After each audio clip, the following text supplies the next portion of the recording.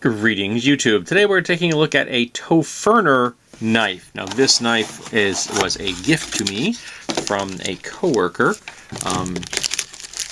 at Christmas. So what we got in here? I've got a little bit of blurb, information for the customer, and we got a little splash card here, some suggestions, you know, like ideas of what kind of products they make.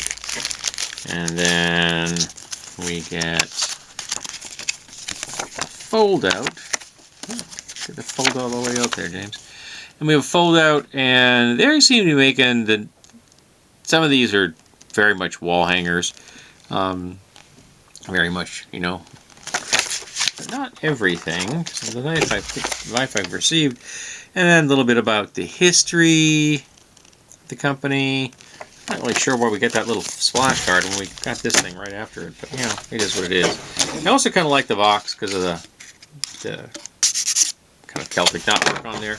So this is what we got here. This is a neck knife, and I have not adjusted this to myself because I will probably never wear it.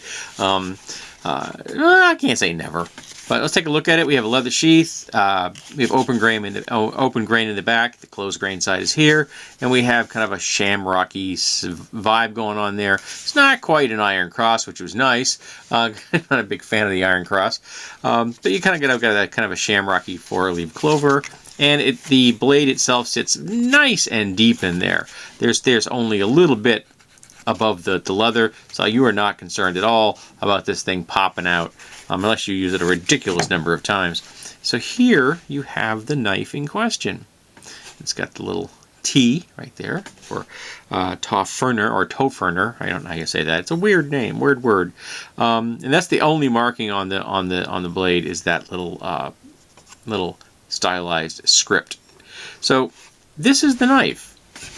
It is the absolute minimum, you know, kind of a cutting blade. This is like one step above holding an actual utility blade, and it's kind of an edge that they come out of this box with. Not the best I've ever seen. Weirdly, it's sharpest here, and the belly is less sharp. I don't know. I can fix that. But, you know, it's got that hand-hammered vibe going on there. I like the little curly Q. Little curly Q is cute. And it does fit fairly comfortably in there.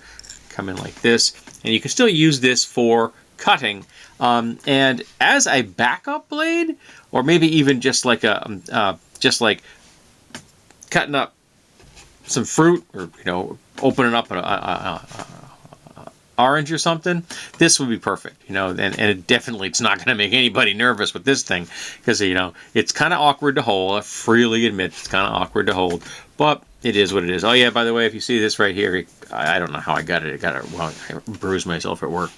I do like the fact that it's a flat grind. So it's a flat grind. This is a hammered surface, flat grind, and let me try to see the grind lines on this puppy. Yeah, somebody actually went zoom. They actually did. It wasn't just a straight. So that actually was ground, and it's kind of weird because this side does not look as good as this side. Maybe they're right-handed or left-handed. Maybe that could affect the way it's ground. I know I've had that problem myself when I've been working on stuff. How you are handed can affect how an edge ends up. I mean, of course, I'm not working on precision stuff. I make post-apocalyptic weapons as a hobby, but yeah, that can affect how you end up grinding something. You got to be careful about that. That's something the professionals do. I am by far not a professional. Sorry about the shadows are kind of heavy on this one. I am currently working on trying to figure out what kind of a lighting system I need. The camera rig I am currently using is relatively new to me. I just made it myself not long ago, and it works beautifully. But I'm still kind of working on how I'm going to get the lighting the way I want. I haven't quite figured that out. So as a little neck knife, and particularly you could like put this underneath. Another piece of clothing, like under your sweatshirt or under a sweater or something. Nobody is going to notice that's there. Nobody. So if you find yourself in a situation where you would like to have a backup blade and you like the hand hammered. Why am I having a hard time saying that?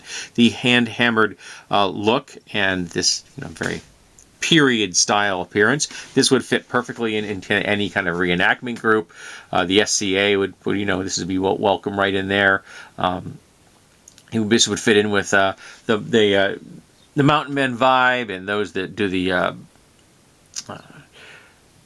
Revolutionary War era kind of stuff. All of that. This would fit into a number of different eras without any difficulty. Even fit into like the Civil War stuff because a knife's a knife. And this you might even be able to call. You might even be able to call this maybe a patch knife. Could you cut patches? You could probably cut patches with this.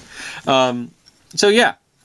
It's a cute little blade. I'm glad it's in my collection. I am probably not going to keep all this packaging because I don't really need the packaging.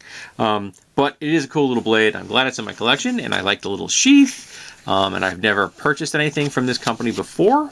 And so I was kind of pleasantly surprised when my coworker gave me a knife from them for Christmas. So yeah, it's kind of cool. So if you have had any experience with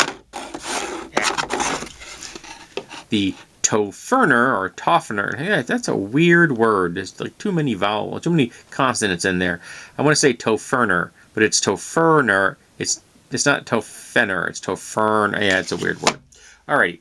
So if you have any experience with them, drop me a line and in the comments below and tell me what you think about them. If you have any of the larger blades, so we can see how they compare to the grinds and stuff. Do they do a better job on the larger ones than they did in this one? All right. So thanks for being here, and hope you come back for the next one.